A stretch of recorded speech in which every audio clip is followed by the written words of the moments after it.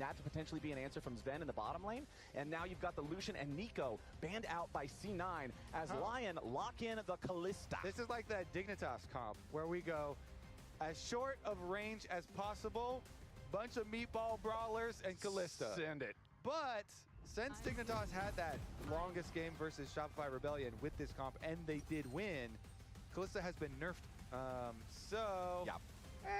Yeah. I'm a little bit worried for Lyon here, but let's see what Cloud9 want to use as far as counter engage. Whenever you're like, you know, you see a lot of this all-in type of champion select coming from your opponents. You're thinking as much counter engage as possible. Lilia is already some. Misfortune here. It's going to have a lot of people diving at her, but if you can create that space, everybody's going to be grouped up because they're all short-range melee. So there could be really, really high highs for a Misfortune, or she just could get dumped on. And well, she also does have her best buddy Lilia because Poppy's the best buddy. That's the new best buddy, the blocker. That's the new best W. buddy. I think Poppy W is the best buddy of all buddies in this whole game. It's a very, very good game to play the Poppy. I absolutely agree. That's a good Yordle right there. Yeah, I mean, Misfortune has a couple really good buddies here. Poppy to protect her and Lilia to set her up for the big bullet time since it doesn't technically count as a hit to wake you up from the sleep. Very effective. And oh how, Kobe, I can't believe it. They locked in Renata Glask after Kalista. I can't believe it. These two champions. Renata really does change the way that some of these like shorter range kind of all-in comps work. So, I mean, it is a clutch pick, and yeah, that one still being left up, I think is very valuable for Lyon because it does allow so much more as far as now you have to worry about also the huge area that Renata ult can sweep by. That can be one of the longer. Can I come in? Sure, yeah, come on. Don't worry, Dash Pass saves you money on DoorDash, so you can skip the trip to the grocery store and stay right where you need to be. Dash Pass by DoorDash, your door to more savings. I know that music.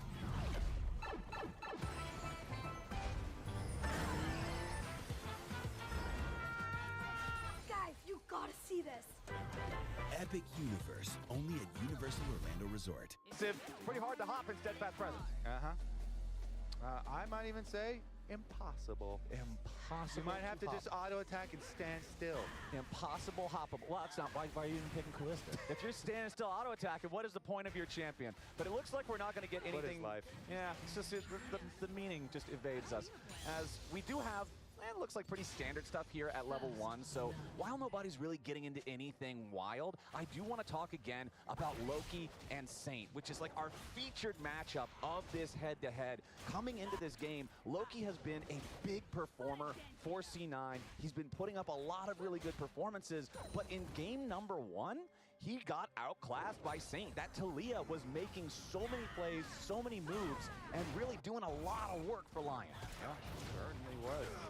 And, you know, the stats back up what you're talking about. Loki had racked up some pretty good stats heading into this match. I think the previous weekend was exceptionally good for him, but Saint came out here with a grudge, and he was able to get the upper hand in the first one. Now he's on the Silas here. So let's see how he can do. I like the Silas angle. He has gone for the grasp as well on it. So even favoring it over that Conqueror for some extra HP stacking, for some really good lane phase trades. I mean, in a melee matchup here, you know, is definitely going to be able to stack it up. He also has a Maokai as the jungle, which is really easy setup. So yeah, Loki's going to have to be careful. Like, there's a lot of lockdown Loki's playing into here, and his jungler, Blabber, on Lilia is got to be focused on farming. Well, both of our junglers are starting in that bottom side of the map, just like we saw last time. Now, if we go into the rewind machine here for a second, back to last game. Okay. We're back into the rewind machine. In game number 1, hold on, we got to jump back into the present time machine. Never mind. Okay, we're down to 200 HP. It's fine.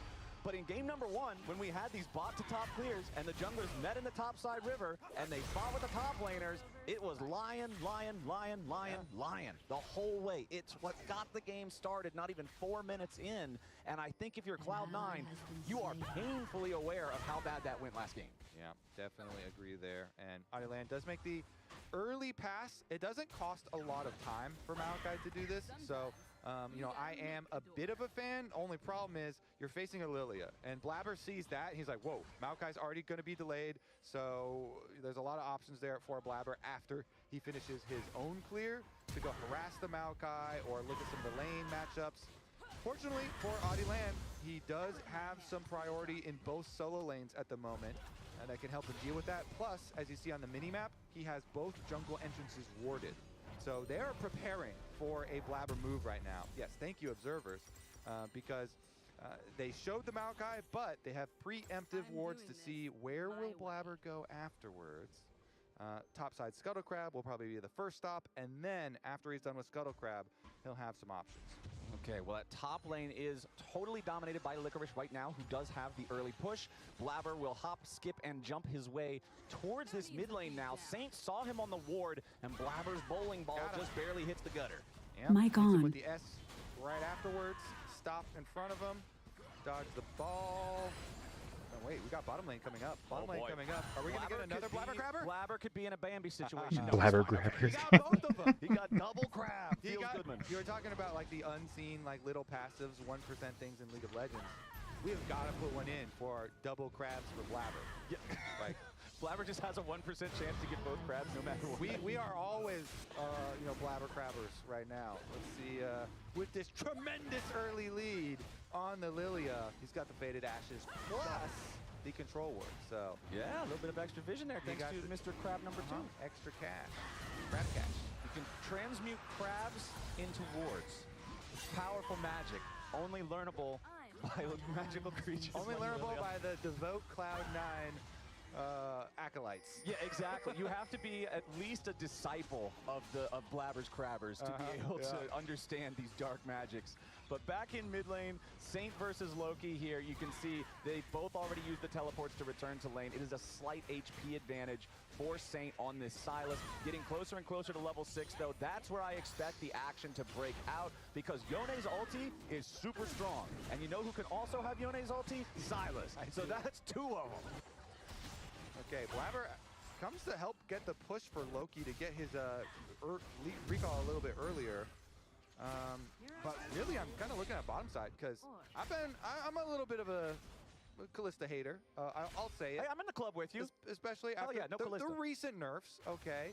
But Henna and Lions, you know, when you've got the Renata by your side, I think my love of Renata overcompensates for my dislike of Kalista. Ah, okay. Renata does enable some really hype stuff with her bailout. Like, when you barely survive because of that thing and you hang on with just a sliver of HP and what could have been a bad play becomes a good play, that's the Renata moment right there. That's when the guy locking Renata knows he made the right choice.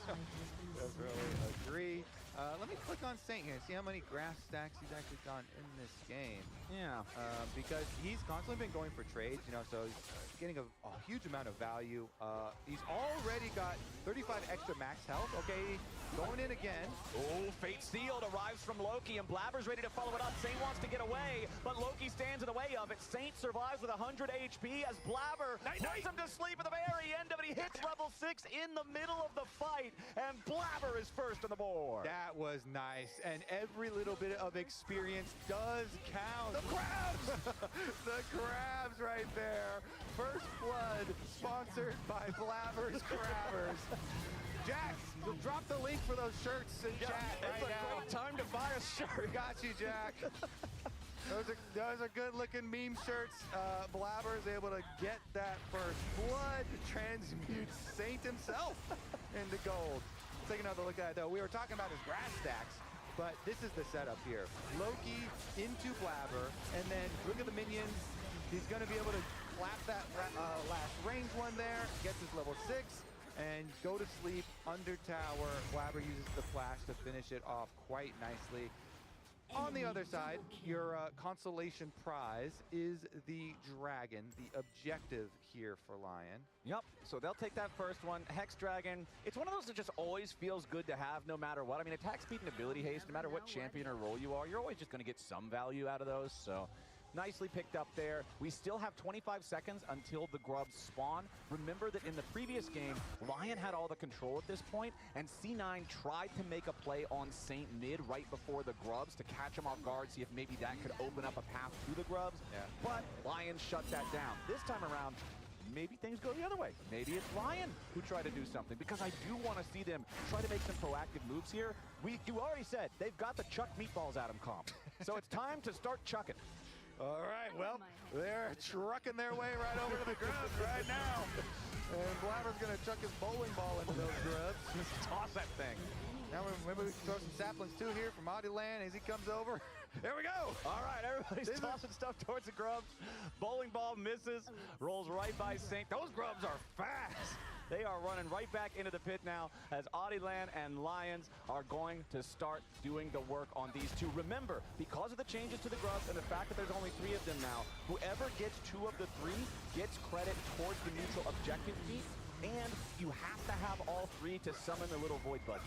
So nobody gets any buggies, but it's a 2-to-1 lead and a point towards defeat for Lions with the grubs. Oh, look at the mini-map. Cloud9 are sending defense over. So this is taking so long. It might go bad for Lyon because Blabber is coming over, and they also have Vulcan tackles over the wall. Audieland and Lions in a bit of a bad spot now. Licorice needs to pop the Dominus, ready to join up in the fight. Vulcan locked up, beat down, ruthless Predator claims a victim, and Licorice makes it a winning trade for Lyon. Yeah, okay, never mind. It's not going to go bad for Lyon at all. That's totally fine. Because just the Poppy goes in there early. So while theoretically it could be a 3-on-3, realistically, it was a Poppy alone.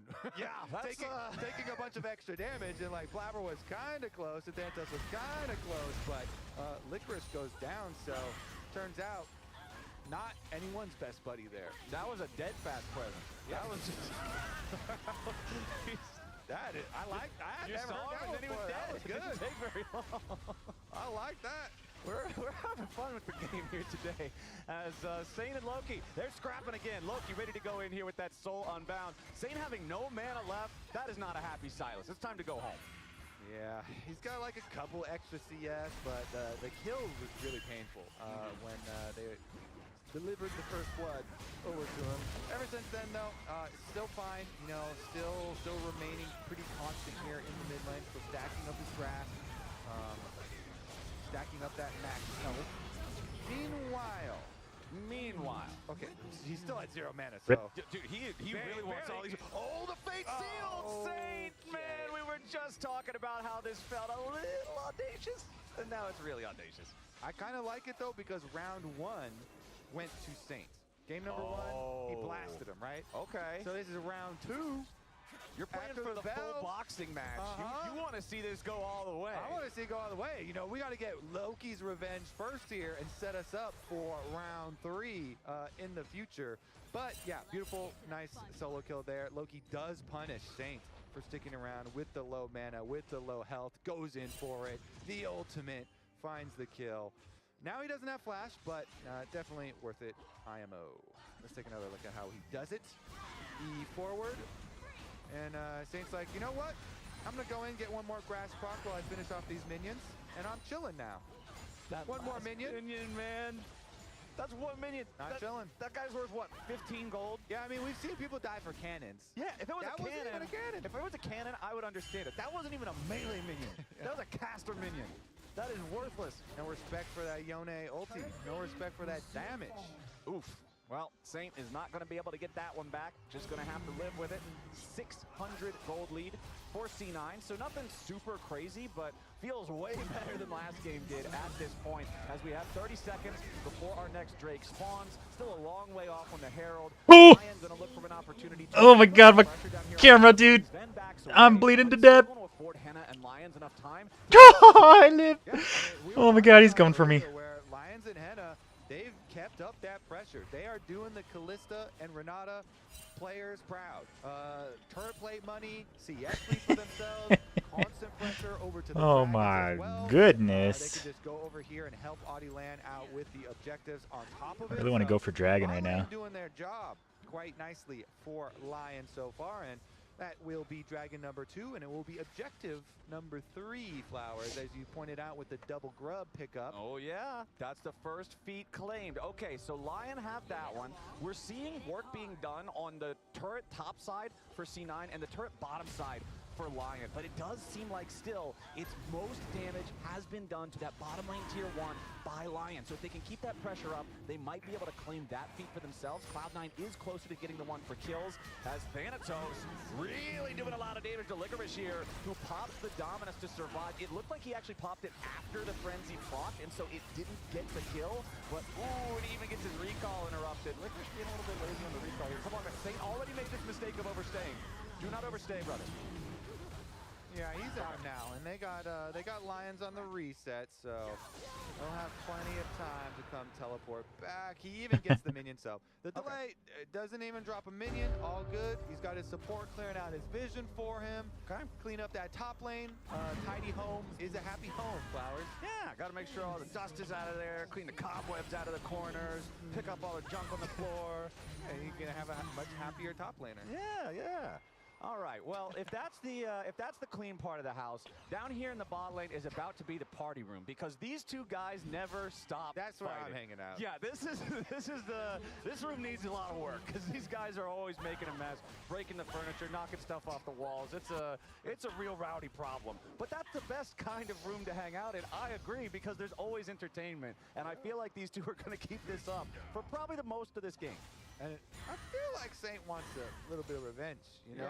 Yeah. He has the flash advantage for now from the previous time. He also knows that ward in the Tribush was just cleared by a Poppy, so probably not going to go for any trades anytime soon, since we just saw that Poppy there. But once his team gets down here and Audieland does arrive too, he goes for 1. This is not a particularly close trading pattern at this point in time. Saint wanted just to jump keeps dying, in, but then dude. Loki just smacks him around. Oh, he with still the lives. Blade of the Ruined Book. Can I just Feels take this good real about quick? it. This Talon's has been like bot. the strongest dueling item in League of Legends forever, and for good reason. This is a risk right now, I feel like. Possibility. Vulcan showing up. Oh, a beautiful stoppage on the chains comes out from Vulcan with a steadfast presence. And now Loki just runs away with a fate sealed. Vulcan using the Keeper's Verdict to knock Audieland back so he can't keep him contained. Still flashes away from the handshake at the very end to guarantee they don't give anything back, and C9 are up 1,500 gold. Vulcan turns that one around. When I tell you, best buddy for everybody on the map, that Poppy W, he actually had the perfect positioning, slipping into the lane brush. Love lane ganks like that. Did not expect it on the side of Lyon. And so Vulcan comes in, the hero. Meanwhile, with all that focus on the party room, Flowers.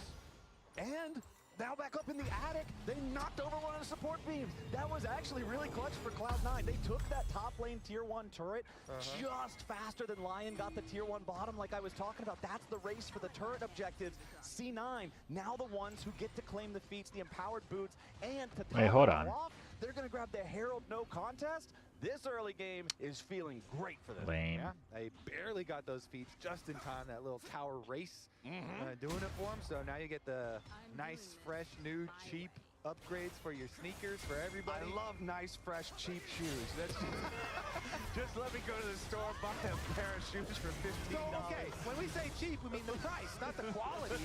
The quality is still high. Okay. But the price is dropping. It's just you like, know? why is the price so low? This shoe is so high quality. They're not cheap make. They are on sale. They're name brand, but they're just... It's a new season. They're on overstocked. sale. Yeah. They made them last season. That's last true. season's fashion, It's but they last still look year's good. shoe. Yeah. Okay, but it's discounted this year. All right, I can get behind this. We're not buying bargain bin shoes. We're just buying shoes from last year. Sven is. He's still sitting on the brown bag bargain. Okay, yeah. Sven's not doing so great in his footwear department, but Saint's not doing so great in the 1v1 department. Loki is just firmly in the driver's seat right now, and if Saint doesn't watch it, he's about to get stuffed in the trunk. What? Dude, he is not doing very good. That's morbid. Yeah, they're going to have to go bury him in the woods. Loki is absolutely messing him up in these 1v1s. Monka. Licorice, though, down here in the bottom lane against Thanatos, he's having a similar experience. The solo laners for Cloud9 are both winning their matchups and winning them in a strong enough way that Lyon is going to have to start sending some help over there. As Hina puts a lot of spears into Blabber, a little bit more damage might just get this done. The rend is his end as Hina gets a kill critically there to try to keep Lyon in this game as Cloud9 keeps building leads. I always think it's comical when somebody pops out of the Rift Herald and then instantly dies. Henna was like, "Where are you going, Bambi? Get over here." Henna chasing him down. This Kalista, you know what? Maybe I'm not that big of a Kalista hater anymore. Anyways, Blabber jumps in, he's like, uh-oh. Henna's right next to me now. Henna was hopping on over to the ejection site. And Blabber wanted to get his ulti on too, but Henna just finishes the job there, hops his way right back out, even with the Misfortune ultimate covering. So let's get back to live here. That was a short drive for disastrous results. Rip. Rip. And managed to wreck the car. I mean, they almost got the turret at least, so one more auto attack. Stick to the crab. No more driving. Yeah. The Herald. Rift Herald's too big. That's like a crab that got transformed by the Baron something power. Yeah, like Baron. Baron. Void energy. Irradiated the crab, and then Baron it became leaks. Shelly. Oh, Henna in trouble. Vulcan dives in with a steadfast presence, and Loki follows it up with a fade sealed. Henna wants to try to get one back onto Vulcan and use the bailout, but he can't quite do it in time. It's still a one-for-one trade as Vulcan falls, but it's not fast enough to save Henna. C9, they knew the Kalista did not have the flash after he had to use it after the earlier kill on Blabber, and they immediately jump on it. Yeah, Henna has really been pumping though. They get one back at least, even though, yeah, it is just a support kill. But yeah, Henna is really trying here for Lyon. He is their hope, and he does actually finish the Rage Blade with a little bit of extra cash there. So maybe that's the hope, you know, continue to play around it. You got all the meatballs, flowers you're talking about, group up, and make engages for Henna right now. See if you can get chase down kills. He is the person on 2-item power spike. They're going topside with 3 members. Twisted advance to lock up Loki, follows it up with a handshake, but where's the damage? Saint's the only man that does damage and needs to do a little bit more than he's doing right now. Saint picks up the kill. Loki drops. Mic off. Bodyland and Lion's got to get away. You could see right there that Blabber wanted to try to use the sleep on Saint, but the McHale's completed first for Lions. Azael always talks about how much he loves this as a first support item. I wholeheartedly agree with him. It gives you so much power to stop your opponents from being able to make plays or even counter plays like that. When you're playing versus stuff like Ash Arrow and Lilia Sleep, I 100% agree. So much value there in that rush. And I will say, even though Cloud9 still have their gold lead, a couple of picks here for Lyon really will start to add up because they've already stacked up 3 dragons. So you give them a little bit of money, you know, you give Henna a little bit of room to work with. That could easily be a Dragon Soul very soon for Lyon, and then Cloud9 will truly be sweating. They might already be sweating a little bit as Lyon are starting up the Otacon though. This is definitely dangerous. Okay, Lyon are really pushing it. Let's see if C9 can try to stop them. The Lilia throws the bowling ball in, but it only finds the objective itself. But now Licorice has been caught out in the river. The Crocodile needs to try to get away from this. He's just distracting C9 while the Thornbound Otacon is claimed by Lyon. Now Loki's arrived, but he's all alone. He tries to go after Licorice, but his Fate Seal can't make it back over the wall. Loki dies. Saint picks up the kill. Now Vulcan goes over to try to get something back, and the bullet time can't get any kills. It's a disaster for Cloud9. And Lyon finds a miracle at Otacon. Lyon are gonna do it again, Flowers. This is actually crazy from them. They've got the Dragon Soul point. They've got the Otacon Flowers. They want Blabber himself. Oh, they hit him with a handshake, and now they got the smite too. Hostile takeover, and that deer is out of here. And they're picking up another one. They're gonna go for Thanatos next. He's got a recall. Got to get out there. Can Licorice stop him? Okay, they don't go upriver. The rest of the team does not chase. Thought they were going to go for more because Lyon have just been on a tear. They're ripping Cloud9 a new one. Kobe, I'm looking everywhere. I can't find Cloud9's lead. What happened to it? It's gone. Lyon stole it. All right, let's look at this. So many spears. The no hesitation from Lyon is just crazy. They immediately start the Otacon, they burn it down, they rend it, and Cloud9 are just slow to the play. Loki teleports in, Audieland gets in front of him, so the ult does not take him over the wall. By the time he gets out of the CC and tries to Q over, they already have enough damage to finish the kill. So on top of getting the Otacon, on top of getting the empowered pedals all cleaned up for themselves, they also get the teleport and the light of Loki. Look at the drop-off there from Cloud9 blue into Lyon red here. Beautiful stuff at Otacon for Lyon. Now with the gold dead, even the advantages they have in terms of those dragons you were talking about are much more of a difference maker than money is. And Lyon is all grouped up for this 10-second Drake spawn that will be Ocean Soul if they secure it. That is an early Ocean Soul. 23 minutes into the game, Cloud9 has to try to stop this. And you know, beef balls go great with Ocean Soul, I've heard. Yeah. Gordon Ramsay told me that one himself. So They're going to have some water to rush down it the meatballs as Saint steals away the Fate Sealed. A lot of Callista Spears into the Dragon here already. Saint trying to do a little bit of damage to Vulcan as the bullet time flies through. Does a ton of damage over to Lions. Lyon scrambling to try to take the fight now as they secure the Ocean Soul. Vulcan tries to run away off to the side and Loki is already down in the fight. Lyon staying alive. Blabber locked up in the middle of everybody as Cloud9 completely falls to pieces. And Lyon are the ones swinging the hammer. 10-4 game. Ocean Soul 2,000 gold lead. Lyon roar to life. Honor, Henna, and Lions. Holy moly, this bottom lane is clutch. They are carrying it. They force the objectives. They're going to tower dive THANOTOS.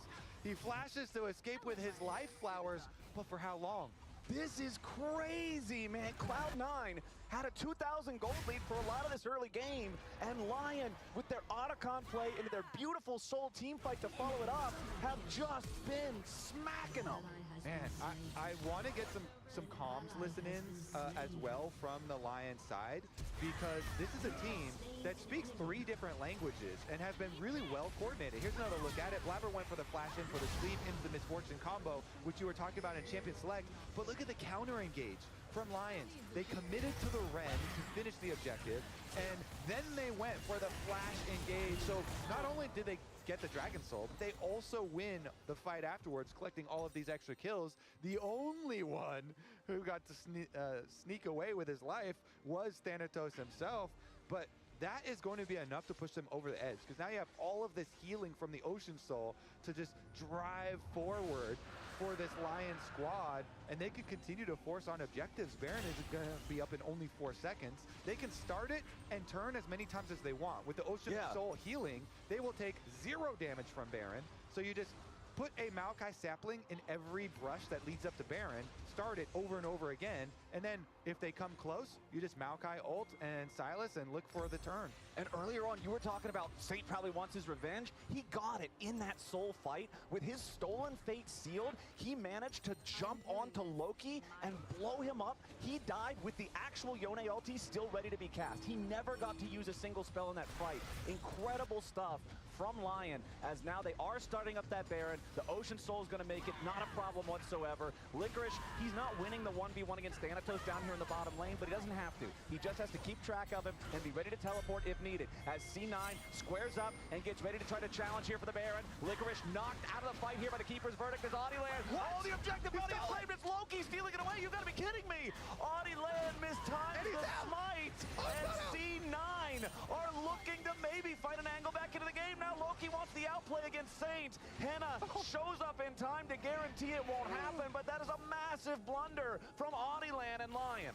Holy moly. Okay, so Rend and Smite are not macroed together. No. So you still have to coordinate it, and Saint, Loki just sneaks in there. Like, he actually just gets, we got to take another look. Whether I have to see it's an auto or a Q, but Loki over the back of the pit. Take a look at the split on the damage, because there is a live, towers going down at the moment, but it already got rended. He ulted through. Oh, wow. It got rended from 3,300 down to like 1,800, then DPS to 1,300, smote down to 100, and Yone's Omae wa mou Hinderu just immediately kills it. That is crazy. All right, anyways. Okay, we're back in the game. Lion still has a lead, but C9's got Baron for the next 2 minutes. So does Loki then get the upper hand in the last lap now? Because he just was able to steal Baron there with the Yone and kind of clutch a possible comeback angle for Cloud9. I'll still say Lion with their Ocean Soul feeling very, very good, but now we're in for some possible moves from Cloud9. I mean, they are scaling up quite nicely for themselves too. Let's see about it. Gnar, if they can get him back out to the side lane. Thanatos, okay, now he finishes the Wit's End. Okay. He's very strong against Licorice's Renekton. In the 1v1, Thanatos is getting the better of him in the trades. One important thing to also note with these timers, C9's got Baron for the next minute. Elder Dragon spawns in a minute and a half. So C9 has the tools to control the Rift and control the waves up until that objective is about to spawn. So theoretically, they should have control over the pit if they want that. And they should want that. Just for clarification. In theory. For clarification. In theory, they should want that. All right, slowly move up. Maokai saplings, brush by brush. All right, Lion's ready to face check. Eats a little bit of damage from the bowling ball, but honestly nothing really serious. Vulcan just trying to maintain enough position to see what Lion are doing as they make their approach. 1 minute until the Elder Dragon. C9 just continuing to try to apply some pressure to mid and bot wave at the same time.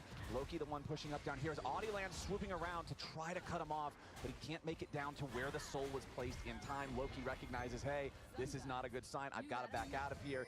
And now only 30 seconds left until we get that Elder Dragon. Thanatos goes in for the Mega Gnar play onto Audieland. They want to go after the enemy jungler to try to secure the Elder. Meanwhile, they try to use Loki to grab the engage here onto Henna, and Lion's off to the side. Henna's going to be in some trouble, tries to use the cleanse, getting himself away, wants to fight back onto Blabber as the redemption comes down. Lion looking to keep his AD carry alive, but Vulcan jumps in here with a steadfast presence. Stain is already dominating though, and Zen is already down. Both AD carries into the picture. Loki tries to go solo bound to get away, but Licorice with the flash over the wall. The Ruthless Predator finds another kill. Blabber and Vulcan trying to escape the Renekton as Thanatos does his best on the back end of the fight, dealing with Audieland and Lions, who just try to control the C9 top laner. Saint ready to rejoin the fight as Audieland jumps over the wall with Twisted Advance, and Blabber is down. Thanatos and Vulcan on the run. Lion on the hunt. Thanatos tries to escape, but the slice into the stun is ready to lock him up yet again, and Audieland's Twisted Advance chases him down. Sterix Gage will buy more time. Licorice gets on slice and a dice, and it feels so nice. Licorice goes on a rampage. Saint goes for the enemy base, and only Vulcan's left standing. And that's got to be Elder Dragon for Lion. The Ocean Soul doing so much work, Flowers. They healed over and over and over in the long chase. Even though Henna goes down, Lion will be triumphant. They take the mid tower, they take the Elder Dragon, and Saint's even gonna yoink your red buff. What a game from Lion. What a series from Lion. I cannot praise this performance enough. Saint just needs a little... Is Vulcan going to steal it with a poppy punch? Okay, yeah, he does. That's fine. That's fine. Everything before that was so great for Lion. Let's take another look at it. Yeah, I'll let you have that one. Fine. Okay. You can keep your own red buff. Here's another look at it. It gets so split because initially Cloud9 are trying to group onto Audieland, and then Henna and Lions were following the play, so they kind of get caught on the backside, and Henna here fights his way out. Lion tries to provide as much support over the wall as he possibly can, but with the flash through, Blabber and Vulcan are able to finish him off. But the other side of the screen, Flowers, is where Lion decimated the rest of Cloud9 while all that was going on. And with the Ocean Soul, they're able to survive long enough. They go for the chase. Saint wraps around the red buff, so when Blabber tries to chase Licorice a little too far, he just goes back in for the stun. Then Audieland over the wall, Saint from the other side of the jungle, and they're able to get the mega buff that is Elder Dragon. And we can still Baron again? Yeah, that's the hope. Maybe we can steal Baron again. Maybe we can just steal something again. That's pretty much it, man, because Lion, with the Elder, have made their way into the enemy base. That first inhibitor is going to fall in mid lane, and Licorice has the wave ready to push up bottom. Now, at least they don't have Baron, so the wave can be cleared pretty easily.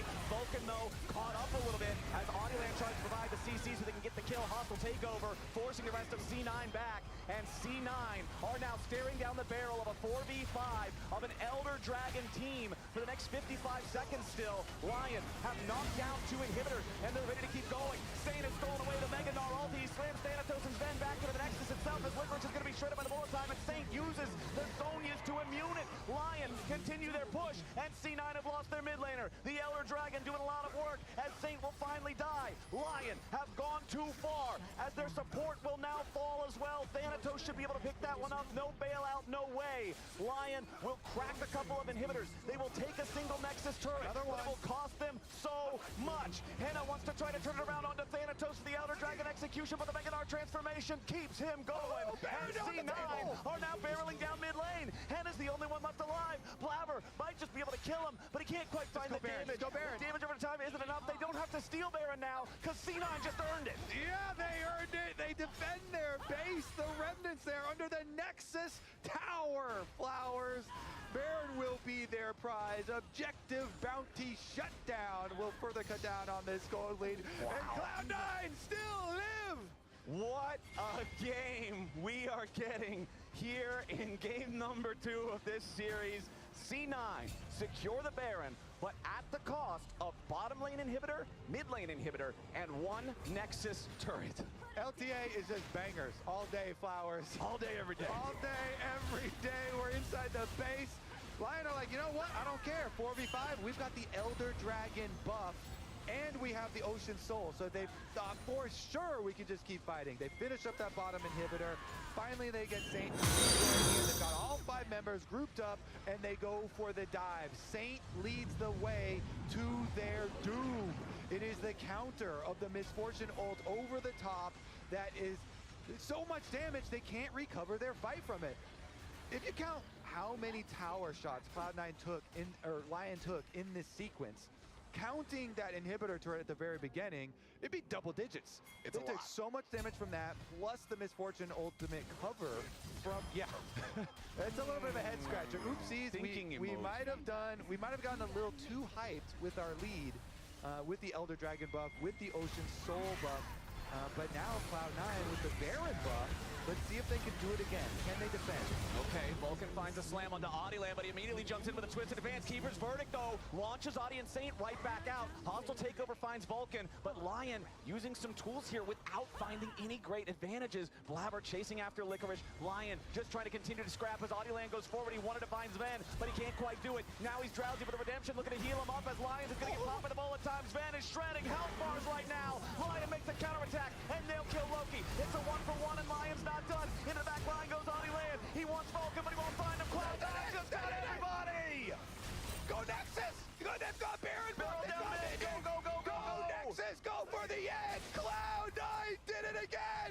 They defended, and they will storm back over Summoner's Rift to push us to a game. No, wait a second. Wait, no minions! Oh, there they are. There they are. Okay, minions. The minions have arrived. The minions are in the enemy base. C9 should be able to break. Okay. Okay. All right, I thought we were about to have a FlyQuest Team Liquid moment here for a second. 10 seconds on Lions. What is your faith in just a Renata to be able to defend? The TP's coming back now. ThaNatos cleared the wave, so now he's ready to join. Renata, you have to pull off the most amazing play of all time right now, but it's not going to happen. Ladies and gentlemen, we are going to a game number 3. Not even close, baby. Wow.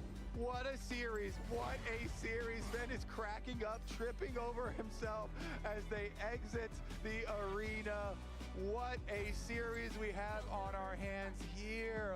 Lion are showing up so well versus what came out of the first round of this split of the LTA as rank 1. Cloud9 were at the top of the charts.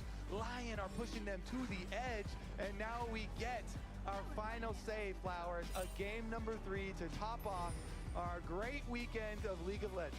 This has been one of my favorite series here in the LTA all year. What's up? This is great. If you're not tuned in right now, I don't know how this message is reaching you, but you should be tuned in right now. I am having the time of my life with this series here.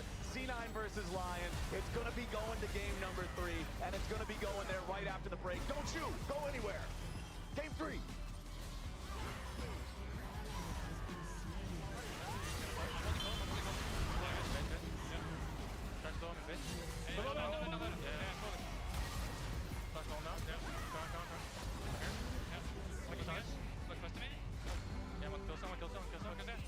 We can maybe end mid. Yeah, we end.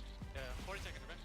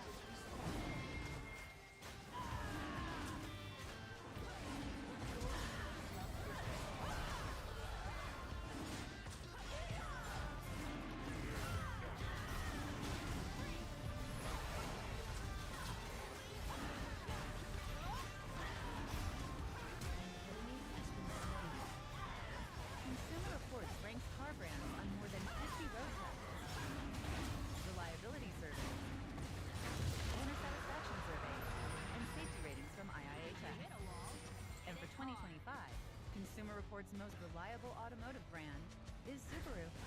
It's no surprise they also named Subaru the best overall automotive brand. Safe, reliable, trusted, loved. Subaru. Congrats, you too. Where is the hot sauce bar? We didn't get a hot sauce bar. Oh. Well, Firehouse Subs has one. They don't have a hot sauce bar. They don't have a hot sauce bar, so everyone should go on home now. What song is this?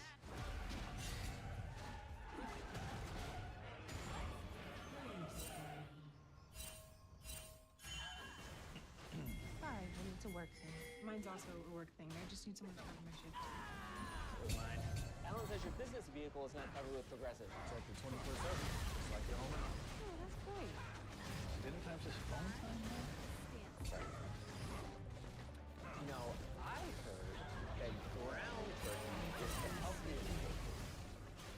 No, never mind. Just the other thing.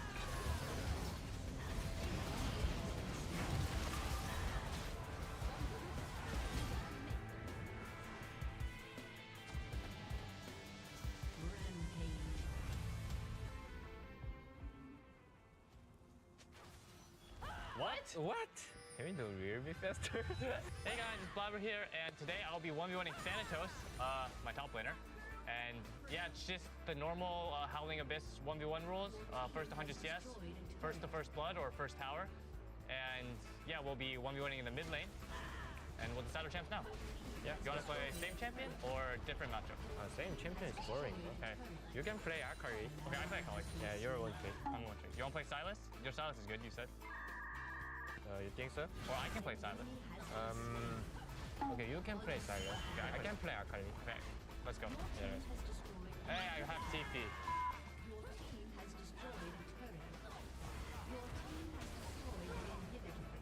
What? What? Okay. Is You're both playing that? yeah. Oh! Oh, you cool for me. Run, run.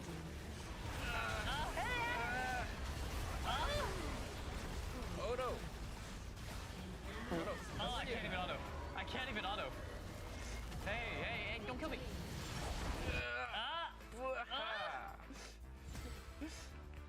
Okay. Okay, moving. I don't know what Good. happened this Look game. at my spacing.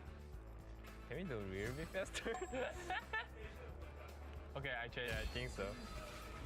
It's too slow. Okay, here we go. Okay, now play playable? over. Yeah, now. Okay, let's go. Run. You hit me. Oh no way. Oh, I'm dead. Aye! No! Ah!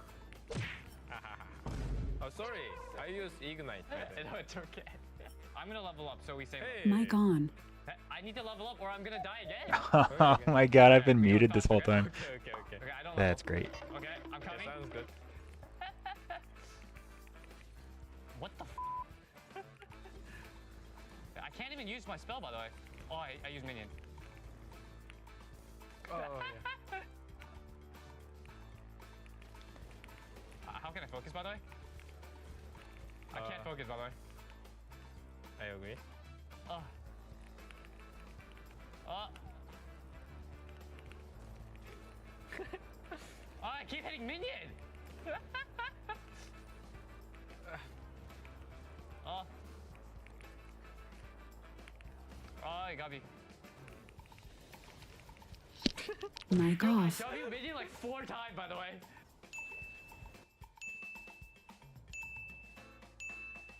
Thanks for watching. It turns out that my top laner is in fact better than me at laning.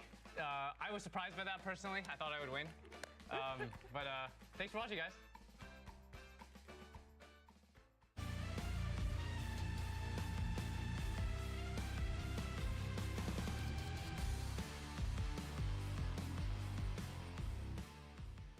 Welcome back to the LTA North Lounge. What happened in that game? That's a good Because- question. Because not only we're gonna show the two base defenses by C9 against Lyon against an Ocean Soul Lyon. Remember, this is also after Yone stole Baron from Callista Maokai. They take an unimaginable amount of turret shots as they're trying to dive with Elder. Also, we just went from a content piece with Blabber inting on Silas into Saint now full sending on Silas when his team is not there. I just want to point that out, make it very clear, because then, like, the MF ulti just layers on top of them while Hannah was not even able to really auto. And so you've now lost a few team members. You've just been pushed out of the base completely. And you're right, tower shots did not help. It's such a tilter. I think if they actually just play that slow, I feel like because they had Elder and Soul, I think they just thought it was over and they were potentially KDA farming. And then, by this point, because the objective bounty's been given over, the game is actually kind of close. It is. Because of items, but Lyon's still playing extremely aggressive, and they just get wiped in this next fight. Sven's positioning here, to me, was awesome. The Meganar straight into the MF combo for me was it. Yeah, there we go. I was gonna say I was waiting for it because Thanatos is the game changer in this particular fight for me. Even with Lyon going so deep, that's really what sets up everything. And the C9 knew that he was so close to Meganar as well, so that's something that Lyon really should have been watching out for. And like just taking a step back, and maybe the tilt is very real. You can see it from the players, but also throughout the game you saw it from the coach. Like Coach Keem was very tilted as I was walking back, because I was like pacing back and forth thinking I was going to be doing a winner's interview, into coming right back and be like walking past Keem, who was clearly tilted about the team not being able to end it when it was just what looked clearly like a 2-0. It was a 2-0. Yeah. And they reset is the real question. No. I mean, it really, really depends. I feel like it's going to hinge on what happens in the early game, because we did see this happen in a 100 Thieves match against TL before. And they actually were able to regroup and win. So. We're seeing smiles, guys. Smiling. We're seeing smiles. That's the only thing you can really do after a loss like that. I mean, they have... I'm just saying it's possible. Smiling through the pain? They're going for the 3-0. They're going for the 3-0. Currently, the official score is 1-1. So let's see if Lyon has that type of 2-0 to 3-0 confidence as we send it to Flowers to get us into the third and final game. How tilted would you be? Very tilted.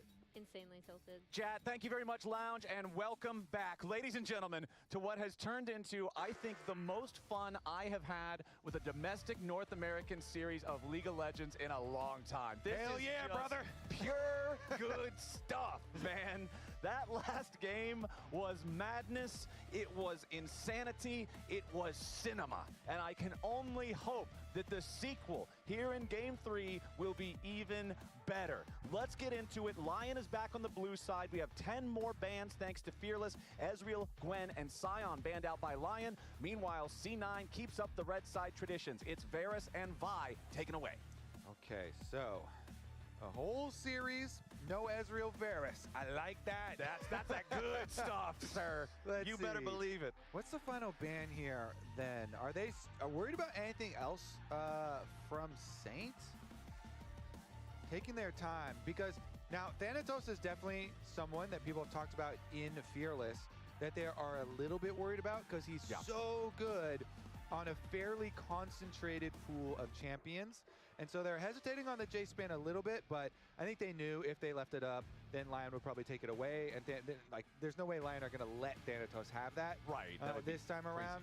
So he is going to get pushed a little bit deeper.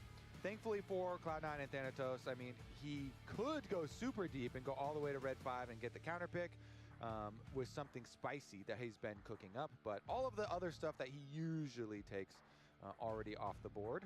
Speaking of spicy, you know what I like, Kobe? Spicy hot dog. I hope that that's exactly what we're getting here in this one, as Lyon will lock in the Nefiri for Adilan here. And it is a flex pick because Licorice also played in the top lane already. Yeah, okay. They can get you with the sneaky spicy hot dog. Yeah, that's a double spicy hot dog. There's all kinds of toppings on that thing. I would say, maybe I don't recommend that top lane one as much, but it is there. Stomachache afterwards? Yeah, it's there. You know, it's one of the options on the menu.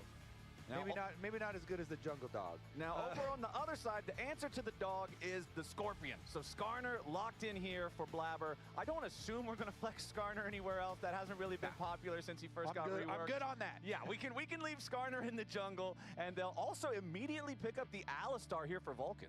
Yeah, Vulcan.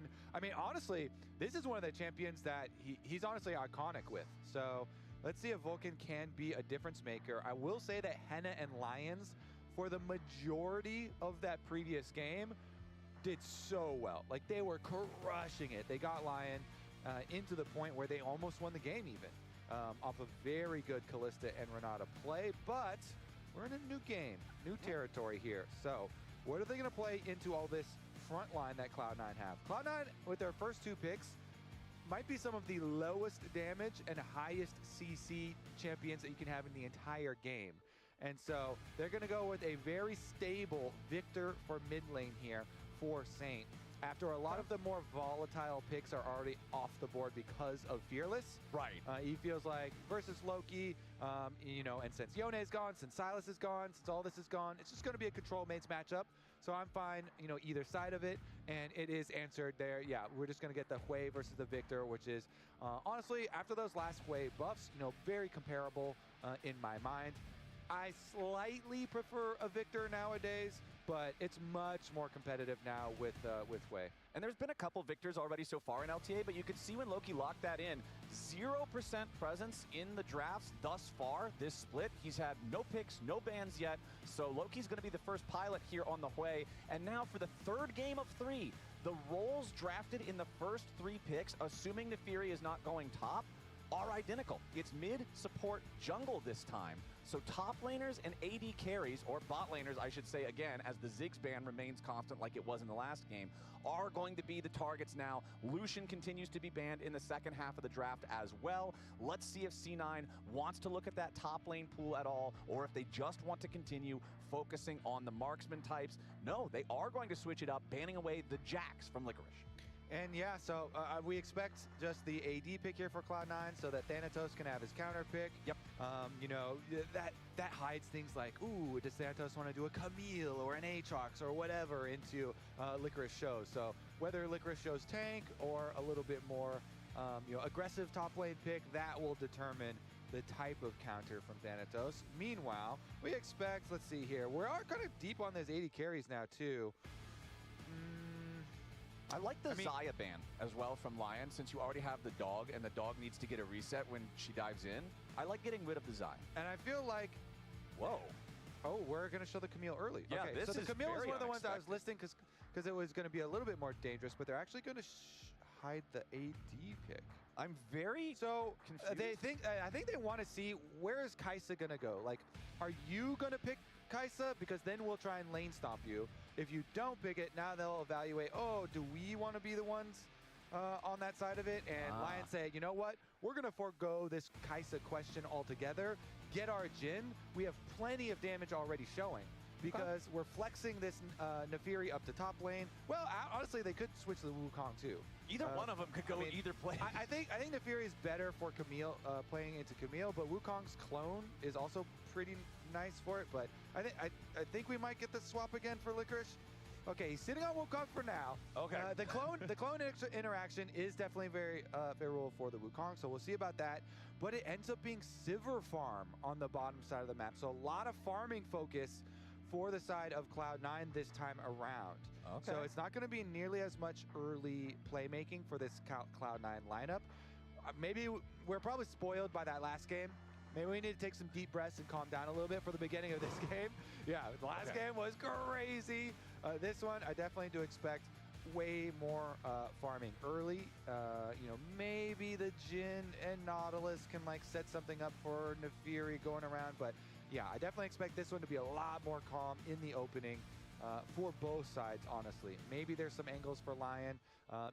Nefiri can always go for invades, especially if you have pushing lanes and a... Congrats, you two.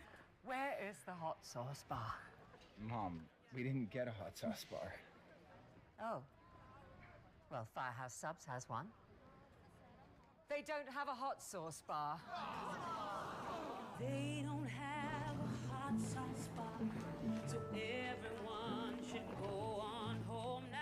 What song is this?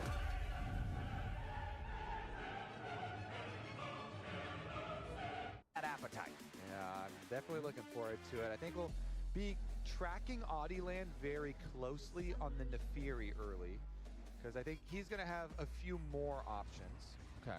I mean, Blabber could, I guess, you know, go for something with Thanatos, but like at the most first Wukong, you're probably just getting flash, and you don't want to spend like a lot of time. So definitely expect just full clears from both junglers for sure. Then maybe looking for something after Scuttle Crab, but probably not investing too much time at all, so you can keep your farm up just fine. Sven and Vulcan, especially the Sivir and the Alistar, is mega focused on farm, similar for mid lane. So.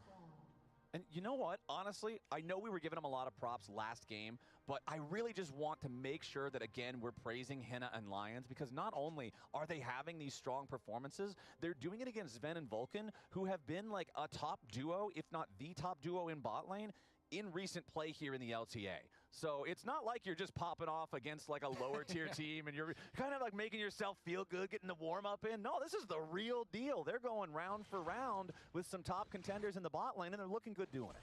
They certainly are, and they don't waste any time getting right back into it. They trade aftershocks, slightly more favorable for Henna and Lions there on the health trade.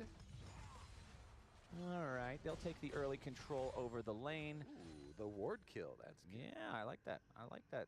Sometimes big ward kills can be a little tricky with Jhin because of his slow gun. Nautilus had it covered though, no problem. He'll pick up the extra auto. You remember back when the control wards had 5 hits on them, and then when they changed it to 4, the Jhin players all rejoiced? That was different times. Classic. The super invested Lions. That was a little close there. That was a little dicey. Getting close to the tower, yeah. I like to live dangerously too. Yeah, he's so does Lions. Right there right on the edge. Right there on the edge as Licorice just going down, places a ward in the tri-brush there as he is shoved up early in this lane. Wants to make sure he's not giving a free angle over to Blabber. It is so easy for Skarner to find these creative angles too into the lanes because each stall impact allows him to dig through the wall. Honestly, though, nothing too wild happening in any of the lanes. A little bit of trading back and forth for both of the solos, as Licorice just wants to keep grabbing these snappy trades against Thanatos. Yeah, stack up your passive, get your grass proc, clone out if you are worried about the sweet spot of the W sweep. I mean, the clone is just so good. You wish it was still the old super short cooldown, so you can try and use it on everything. Spam it all the time, yeah. If Camille tries to go for sweeps, if she tries to go for stuns, but easily continue to utilize that regen, utilize that push for yourself up here, and it's nice, another nice little grass trade for himself as well. Plus, we've got the Nefiri ending top side. Meanwhile, Skarner ends on a bottom side, so they know they have the difference in jungle pressures, but like I said, probably neither jungler will waste too much time afterwards. Yeah. Could be like a quick little look and then go into your second clear again. Yeah. Audieland is heading up here. It is the hot dog. Important. Yeah, okay. So he thought about it as like, there's options, but when the Camille still has flash, then the flash outplays with your hook shot and stunning someone under tower can be really annoying, even though Nefiri has the greatest button of all time. The tower dives. That's a really good button. With the newly improved W. Yeah, the Hound's Pursuit is pretty strong for a basic ability. Very, very potent. They nerfed it on this patch, so I was pretty happy with, you know, reducing the cool, or not reducing increasing the cooldown. Increasing the cooldown. Yeah. If they reduced the cooldown on it, I'd be like, Freak, we gotta get Freak on the phone. Yeah. Wait a second. Yeah, increasing it a significant amount, so that was quite good. But yeah, just right into the second clears for junglers. We do have a little bit of an opening with support roam timers, but just the Raptor ward figured out there, so it does give them a little bit of an alert. Nautilus will be away for now, and efficient control ward, defensive control ward dropped off since, yeah, most of it is going to be focused on a lot of farming here in the early stages. Well, our first Drake is spawning in 10 seconds. It is a Chemtech Drake. Poor Chemtech Drake, the least popular of all of the flying lizards on Summoner's Rift. Nobody really likes to hang out with him, so usually going to be lower priority. Audieland waiting inside the brush, uses the Hound's Pursuit immediately just for the extra speed. Deadly Flourish finds Vulcan. Lions wants to go in with the dredge line, but I believe it caught the terrain at the very edge instead of grabbing Vulcan himself. So Audieland essentially just gets a quick trade against Sven and Vulcan, but really doesn't even get that much of their health. And now Blabber's taking the opportunity to go ahead and start up the Drake. He is doing it on a ward, however, so Lion has knowledge on this. As the trades continue in the 2v2 bottom side, again pretty even. Blabber just dragging that Drake out of the pit so that his bottom lane can come up and easily assist him, and they still have a way out if they need it, and it looks like they're going to take that exit now. Yeah, nobody has like a big health lead to force this thing through. I think it was good peel from Vulcan, you know, good Alistar Q, create that distance. Fishing around, but since you have vision, just a little vision check. Okay, you know you've got a ward inside Dragon Pit, and they can just back off because the Fury can definitely do some good poke damage, and nobody wants to further scrap. So back to the farm that we were anticipating, Flowers. You know, we got our little calm down, called it Zen moments after the exciting previous one. So yeah, it does connect, and then it did hit him. Nice. And then he's able to peel, but because he's a little edge of the wall right there, and then nice little Q for himself too. Everybody backs off. Couple of aftershocks procced. No harm, no foul. Yep, good job, observers. Thank you all for pointing out that the dredge line did indeed find the cow. Pop. Yeah, 6 minutes into the game. Licorice going in for the big engage. Interrupts the hook shot to force the flash out of Thanatos. Nice timing there on the second Cyclone. And honestly, too, they've got more people. Yeah, they're bringing Lions in to just tank the turret. He can only take one more shot, and he has to back away. Now, Audieland using the Hound's Pursuit to dodge the follow-up hit. Thanatos still trying to escape. Audie has his flash. Thanatos does not. But honestly, that was a little bungled there from Lion's side. Yeah, I think definitely could have been better. Obviously, Thanatos did play it really nicely, and the proccing the passive shield there. Nice little timing window for him. Utilizes his flash. So there, he is able to escape with his life. Small little window for Lion. It's going to cost you as well. Since everybody showed up on top side of the map, Blabber does not hesitate. He will take the dragon off the other side of the map. So Thanatos absorbs the pressure. Hurts a little bit to lose the minion wave, but your team does get stinky little dragon. Yeah, good old fart dragon. Got him right in the back pocket, having a great time. And you say it hurts a bit to lose the minion wave. You know what hurts more? To be dead.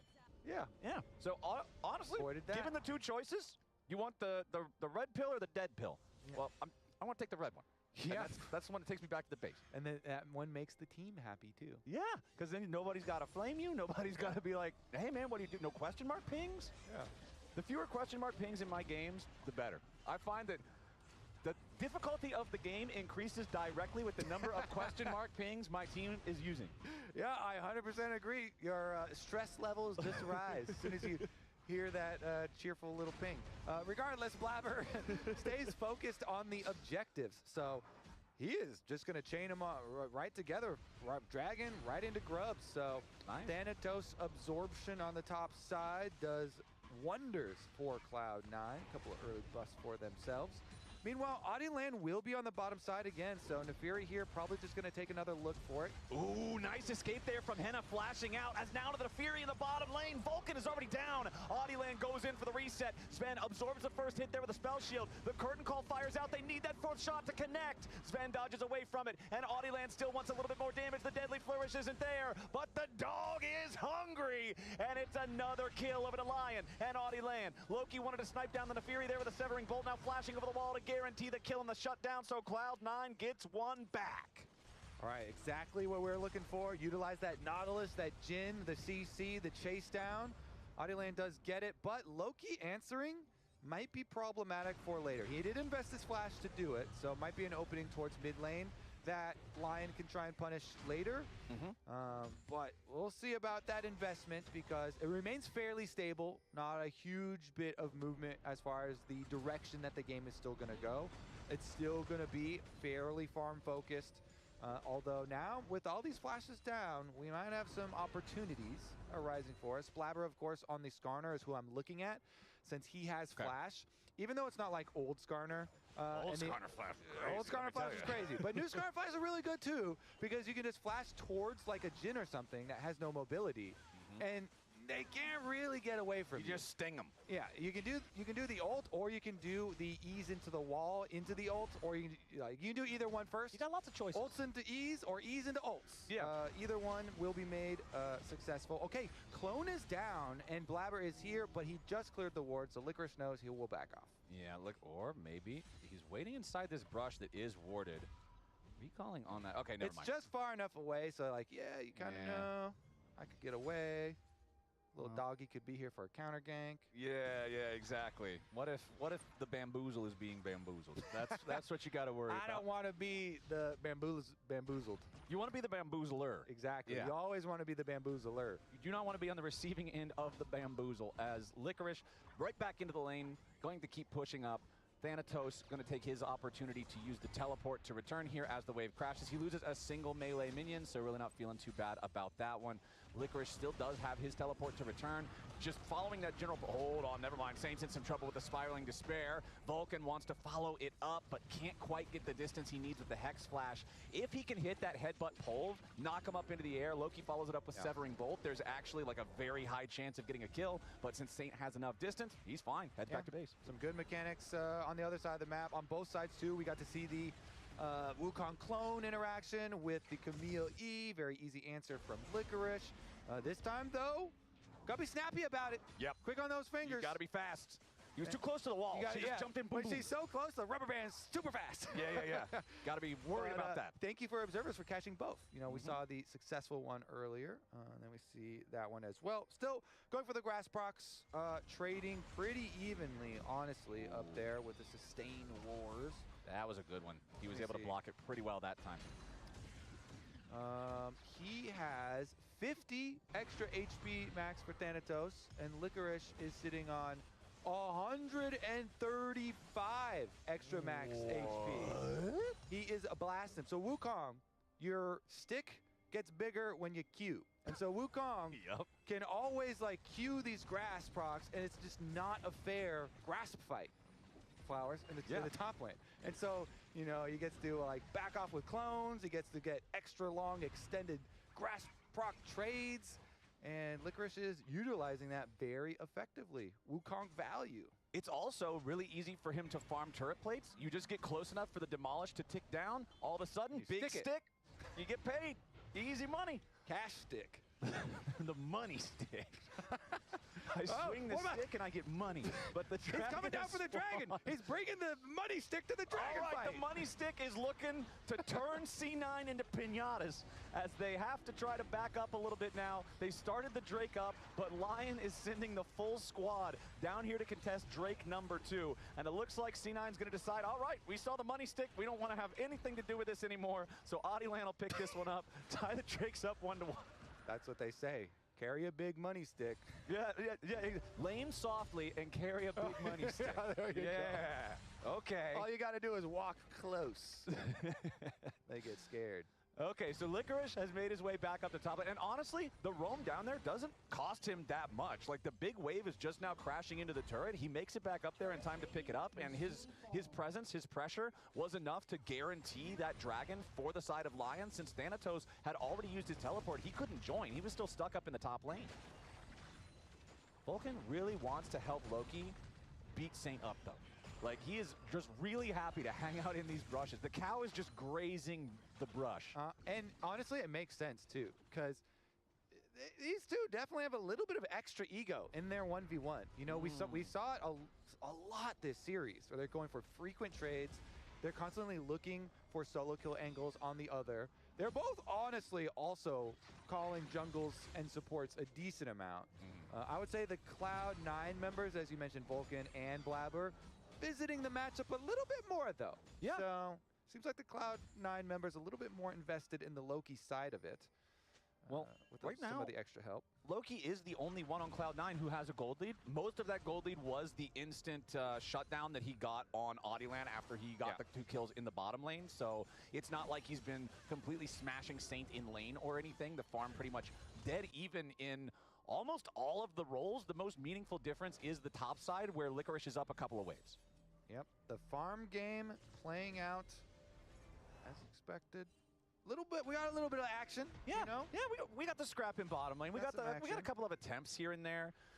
It is 3 seconds until the Herald spawns. I'm kind of hoping we can get a big fight for this. We've got a lot of summoner spells available. All of the combat sums are available for C9. Loki's teleport is the only thing not there, and he just used it to move up into the top side. Over on Lyon's side, they've got everything except Saint's TP, and it's about to be ready to go again. So with everything ready on both sides, I'm really hoping that both teams want this objective. But right now, Lyon are just ready to full send after this. This is one thing this team has been doing throughout this series, particularly around these top side objectives, just going in after it, pulling the trigger, no fear. And now again, they're gonna find what they're looking for. Henna with the flash away from the SkarNorth. Blabber tried to go in for the Impale, and now Lyon is collapsing. Blabber's gotta try to get away as Audieland immediately jumps in with a Hound's Pursuit. Top laners fighting off to the side on the other side of the map, but Blabber is still very low. The curtain call blocked up by the rest of C9, so Blabber can escape.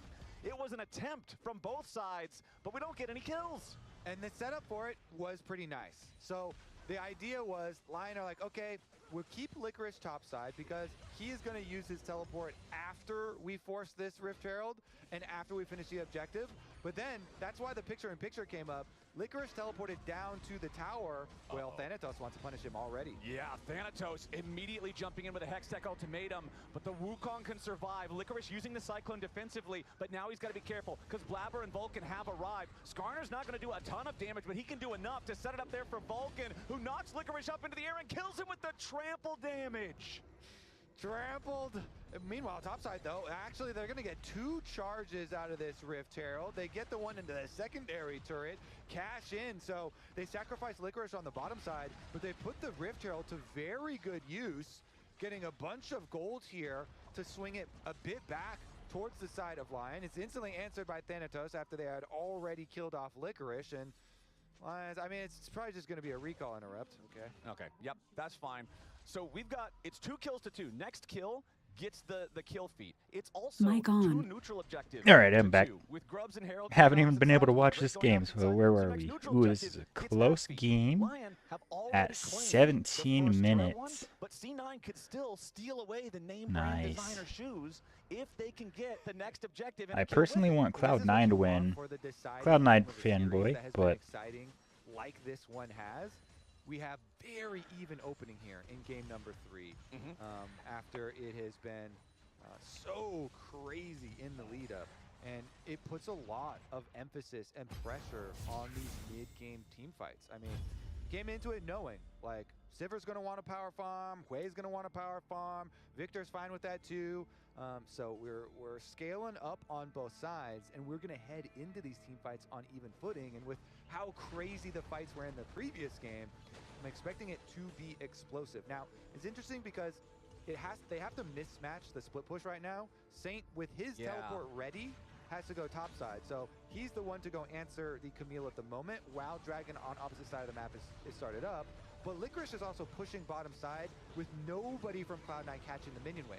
So Licorice gets a flank angle, and the minion wave is into the tower. Okay, curtain call is open. Sven has already taken a good chunk of damage here as the rest of C9 tries to get out of the curtain call. Top side to 1v1. Saint against ThaNatos isn't going to turn into a whole lot as Sven has to try to escape. Licorice looking to make the entry into the back line of Cloud9, but instead the Spiraling Despair catches the Wukong out, and the first kill of the fight goes over to C9 as Licorice does not get what he was looking for. Now Audieland has to try to escape, and with the kill on the enemy top laner, now it's C9 with control over the bot side river right back after the objective. Summoner spells are everything Flowers, because Licorice didn't have his from the early tower dive on the other side. Wait a second, they're going to keep the fight going. Vulcan dodges that one. Okay, but a TP's about to arrive from Saint. Vulcan stepping away from the deadly flourish, and he still had Unbreakable Will, so Lyon can't just burst him down. But now ThaNatos has used his teleport to join the fight, and he's ready to help Blabber try to finish off this dragon. Whoever gets the dragon gets the free boots as well. As Audieland jumps into the pit, he's ready to try to contest it, but he already used Hound's Pursuit, and now he has to jump jump back over the wall as Blabber just swoops on through with the Ishtar impact. Adilan walks up, and it's going to be slain by Blabber. He'll secure the Drake for C9. He'll secure the boots for C9, but he'll give his life to do it. And now Lyon want more. Saint going over the wall. He's got Lions right next to him, and it's a double kill for Adilan as they pick up the kill on Loki. Lion come out on top in terms of gold and kills, but C9 get the objective and the feats. Let's see about the aftermath. So I guess they go for the instant recall because Otacon is actually coming up fairly shortly, and they sustain so much damage. It's untenable to stick around. The dog also does not get found, so Adilan also will get the reset. With the extra vision planted on the resets here, they're going to hex skate right back over to the Otacon's fight side of the map. Maybe there'll be a fight, but we'll take a look at this one again. Adilan had to use everything to get away after trying to go for the smite, but he still walked back in, and it was a straight up smite fight. So Blabber clutches it with Adilan being back in range. And as you say, with the chase down, 2 of the extra kills going over here will be quite meaningful with that gold into Adilan himself. So Nefiri will be very scary. When we get back to live, he's got 2 items. He fully finished the Black Cleaver on top of the Spear of Sojin now. So Adilan is 2 items along with the Jin as well, and the Sivir. So a couple of people kind of rushing forward, and we are finally going to get our start of the Otacon with no answers currently from Cloud9. Loki has teleport, so it could be a delayed answer, but you have to get there for the smite now. This is new Otacon. There's no flower bed afterwards. You have to fight early. They're going for it as Lyon are trying to cover, as Adilan has the objective down to half HP, but it's going so slowly. C9 on the approach. Lyon backing it up a little bit. Adi's got to be careful here. Surely he's taken a lot of shred from that Otacon so far. He'll take a ton of damage if C9's able to collapse with the curtain call. Chases Vulcan and Sven away. Adi chunked down to half HP as Vulcan looks for an entryway into the fight. Saint's got to back up now as well. C9 moving up towards the Otacon that's quickly losing patience. If you're Lyon, you want it to reset. It goes right back into the pit. Now recharged about 80% of the HP. Licorice wants the angle, ready to dive in, but Vulcan denies the engage. Lion's surely going to be first to die here as Adilan is locked up inside the Hextech ultimatum. He can't get away just yet. The Boomerang Blade can't find him, and Licorice is still looking for some kind of an angle. Only Lions has died, but it's Adilan who can't get involved in the fight. Licorice's Cyclone doesn't do anything as Loki gets the kill on Saint. Licorice is in the middle of everybody. So close, but so far. Sven takes him down, and Lyon have lost 3. Make it 4 as Hui paints a masterpiece, and Lyon are wiped off the canvas. Where's that dog going, Flowers? What's the dog doing? What's that dog doing? All right, take another look at this. Now, it is going to reset, and Saint makes the mistake of re-aggroing it. So Otacon right now, when it's casting spells outside of range, guaranteed gonna reset, gonna get very healthy. But Lyon want to trap them, and Saint goes to auto attack it again. So it's gonna start attacking and shredding you again while you go for the engage on Cloud9. Definitely a mistake there, but you called it out on the engage. Cloud9 countered it, and then they trap Lyon on the counter and run them down. Loki forced Saint's flash there.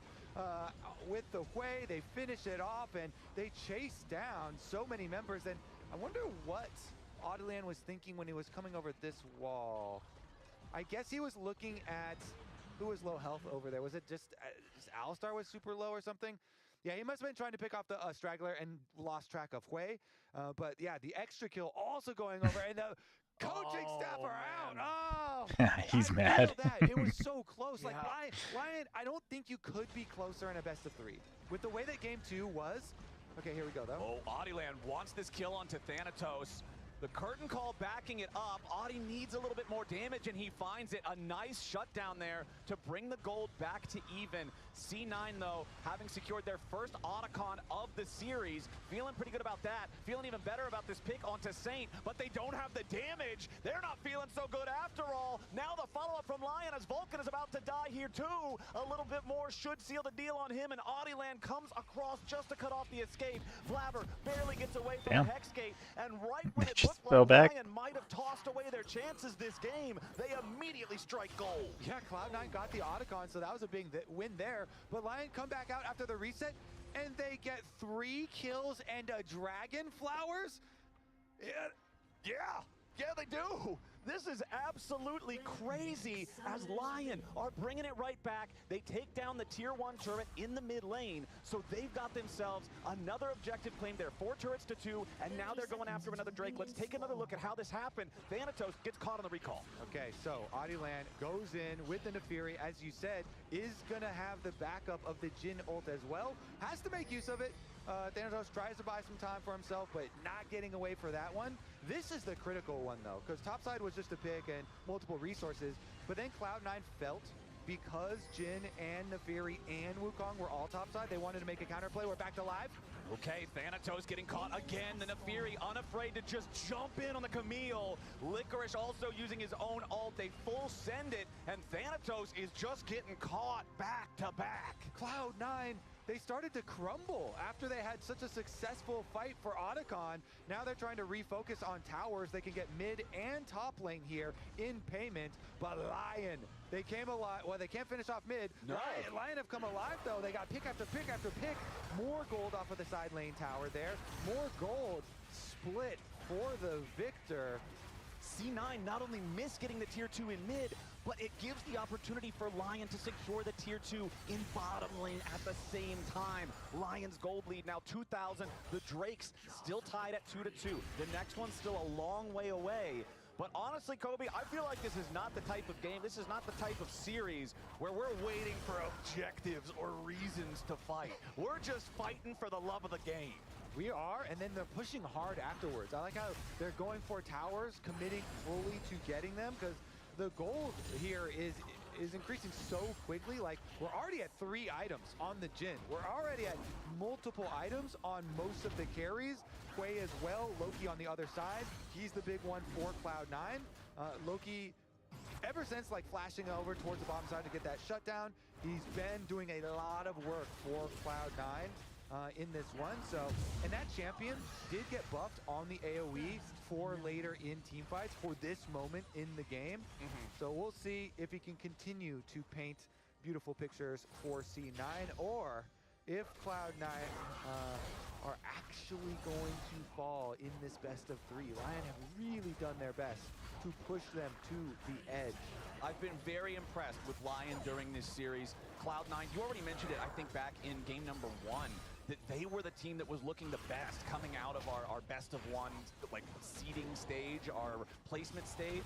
But now Lyon, who have been on this 6-game slide ever since they played against the other bottom teams at the very start of the split, have a real honest-to-God shot of knocking Cloud9 down a peg, and also putting in a lot of work for themselves for having a strong position to just get out of the group, to play for positioning in the playoff phase versus having to play to not be eliminated.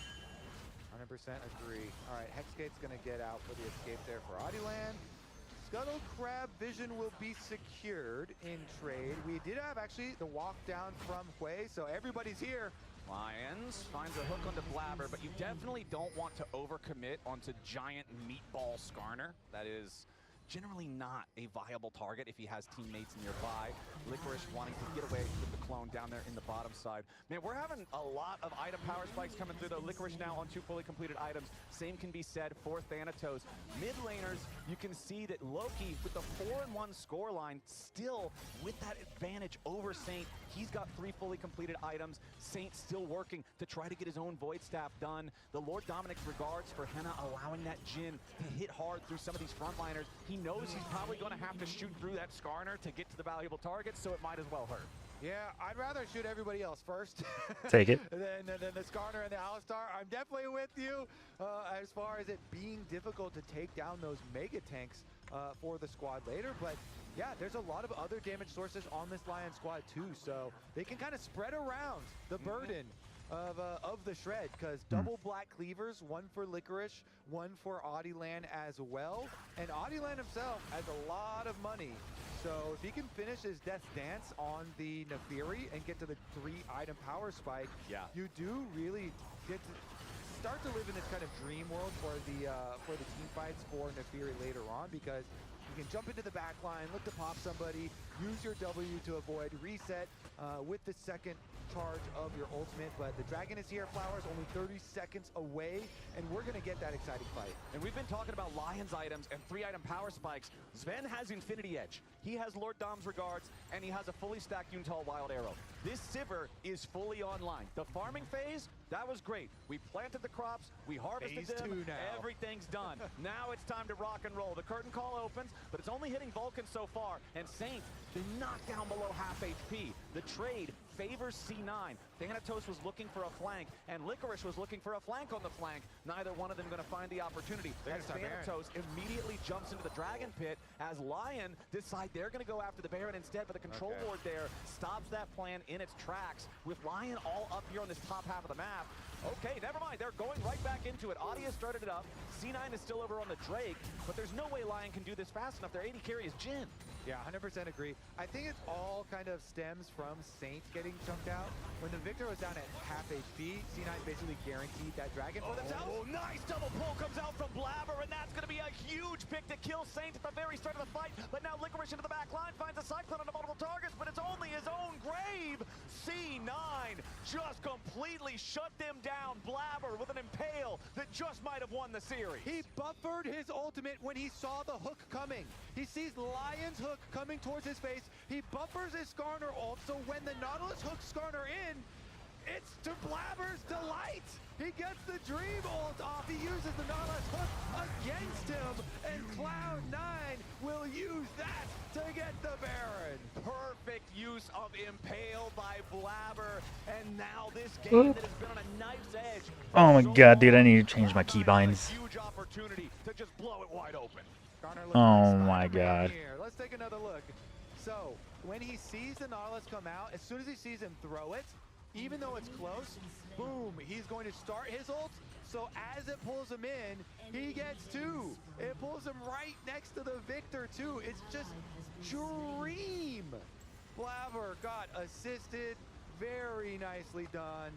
Pops his ultimate off, and it barely snags Saint too. That was like so close to the edge. Grabs the Victor, dream stuff there for Cloud9.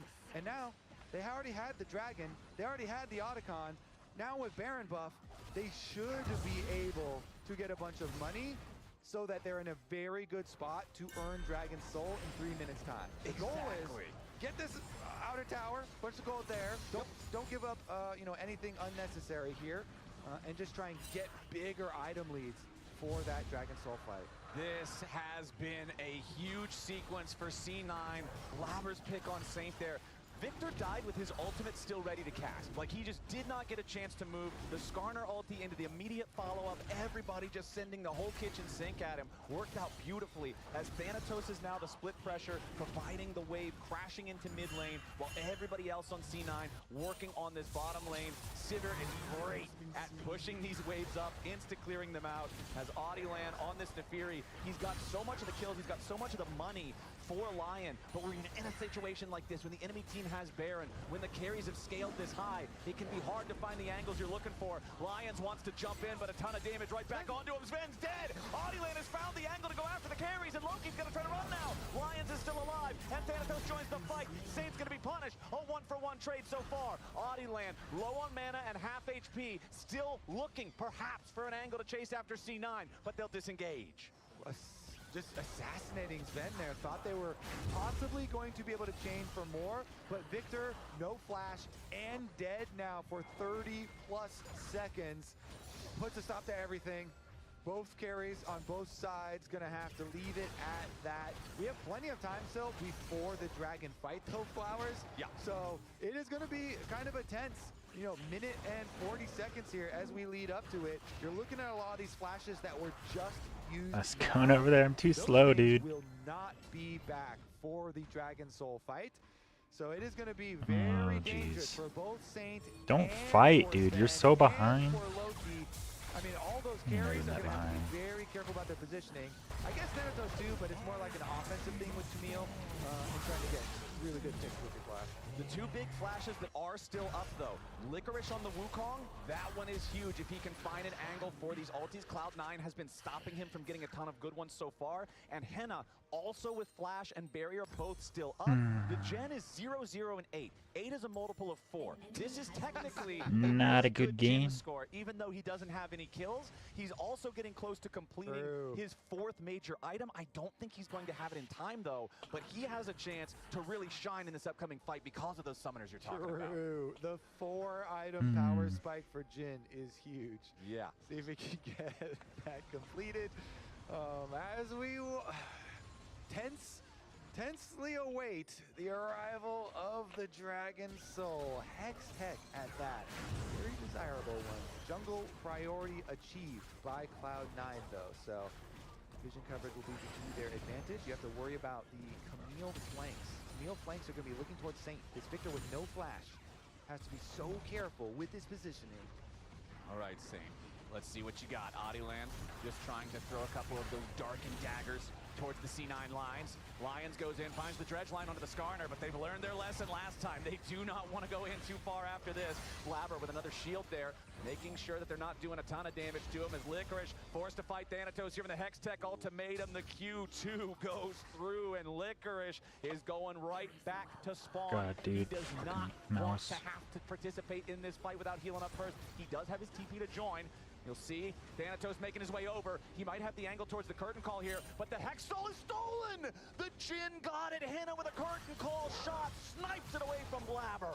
Dude, what is this series? That is insane! Yes, we got more time, Flowers! I am loving it! We are going the distance! Oh my goodness, Henna is insane. This guy did so much work in the previous game, and Lyon barely could not clutch it. He comes up huge again. Nice! Nice. They can still fight. Nice, Nice, nice, nice! Yeah, it is. Hype him up, yo. That was clutch. He got the dragon, so we are still soulless, Flowers. Oh my god. It's another game where we're going 3-3 on the Drakes. Soul is guaranteed on the next one. If you got a friend who's thought before about watching some North American League of Legends and you never knew what series to show them this one. Yeah. This has just been nothing but entertainment, start to finish, man. I love this series. Start from the beginning, too. You need the whole story. Yeah. That's the best of 3. All right, so it's about to culminate very soon because Baron onto the map and it's dark. Cloud9 have controlled the vision. They swept out That was a dumb flash, so dude. Lion have to come over and check. Okay, Blabber and Vulcan gonna stay very tanky front line here for C9. Blabber's got like 5,000 Okay. HP. Dredge line from Lions, but it only finds Vulcan. That's not the target they want. That's not the target Blabber wants either. Should have just gone for my item. He does not want that stuck on the rest of the team as Loki's already unstoppable. Nice playing like engage poo-poo. there from Vulcan. Hannah's under pressure. THANATOS is after him. There's nobody protecting the Jin. Sven gets the kill, and Lion are not where they need to be. C9 get the engage. Saints the next to fall, and Adiland runs into the enemy jungle. He dodges Severing Bolt with a Hound's Pursuit, but THANATOS is ready to hook shot over the wall for an easy kill. And C9 with 4 dead on the enemy team start the victory march down mid lane. What a series! Cloud9 will do it. They clutched it out so closely in game number 2, and now in game number 3, they're done farming, Flowers. They're ready for destruction.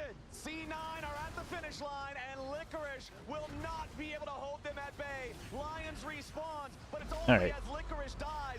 Cloud9 won. Good job, Cloud9. Now I can hopefully focus a little more.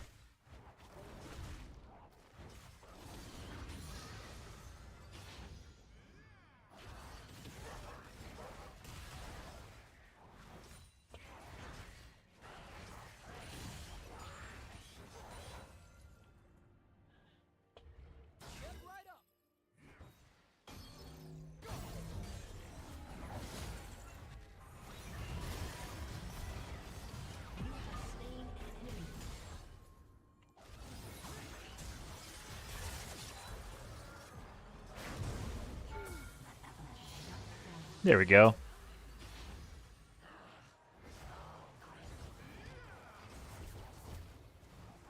An ally has been slain. Just push, dude. tower, dude.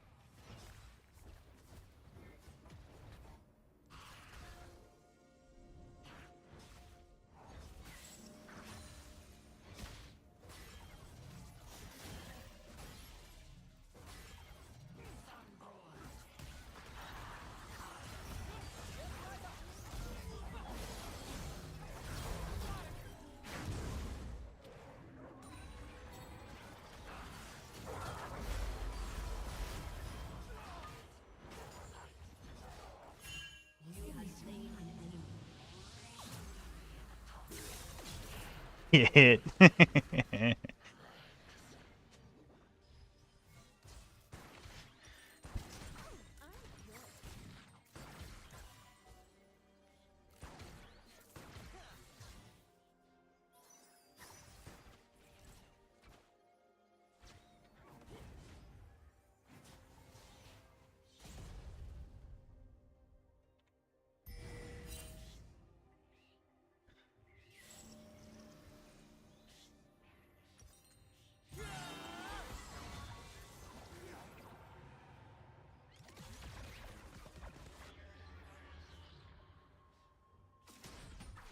An enemy is godlike. You cannot die. Will in time devour all.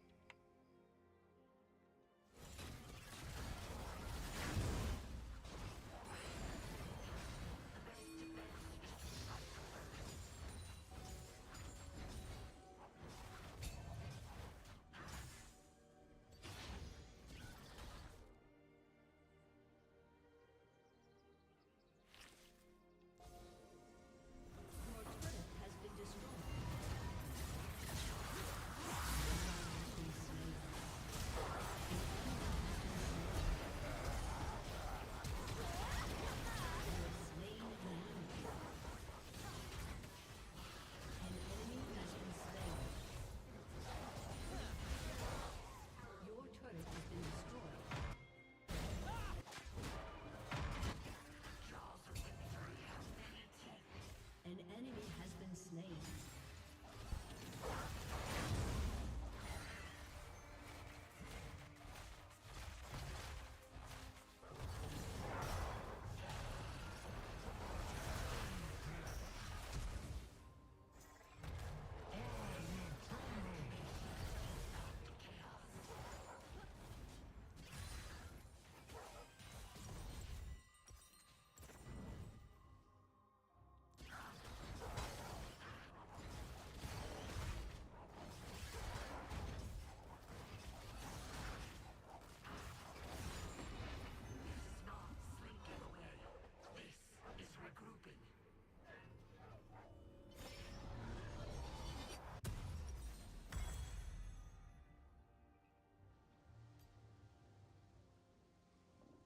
Go get Edge of Night, thanks.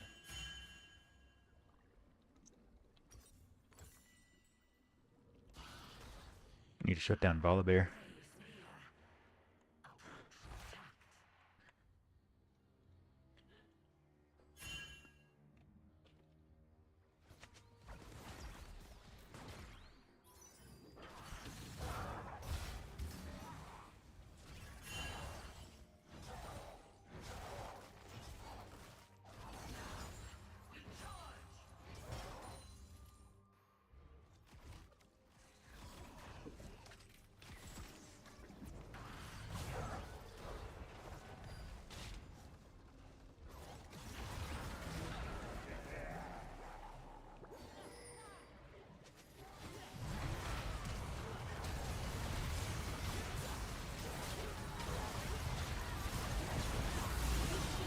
I took you.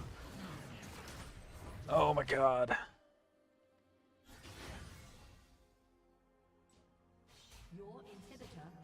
I just got bursted. I tried to hit my W, but they were just on me, man. That sucks. Because that would have turned it around. I would have had a reset, would have killed Eve.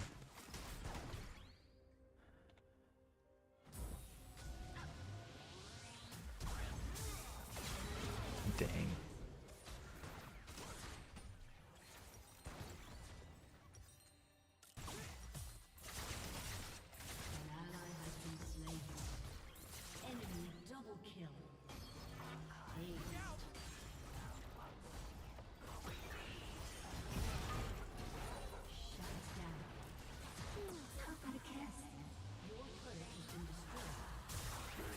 Seriously?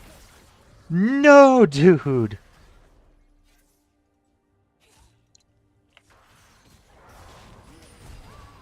Oh, I should have just waited for the Q.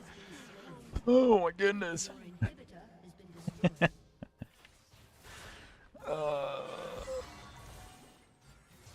Well, you know, this game I did not do bad. It was a rough early game, but what you gonna do, huh?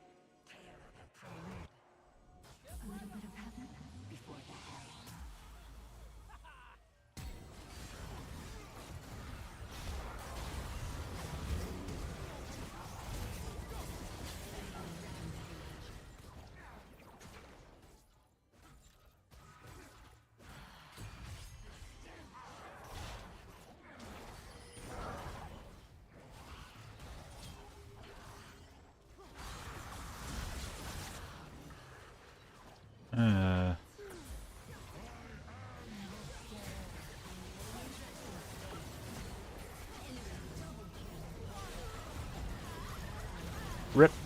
GG.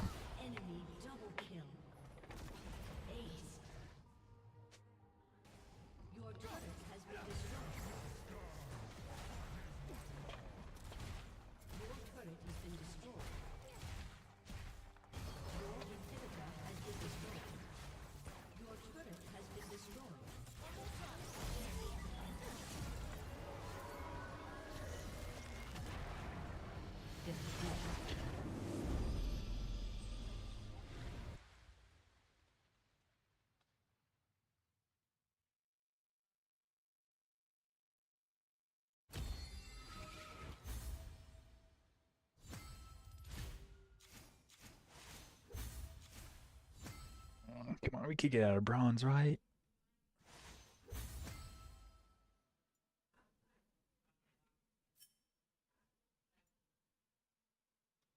Alright, well, I think that's it for me for now.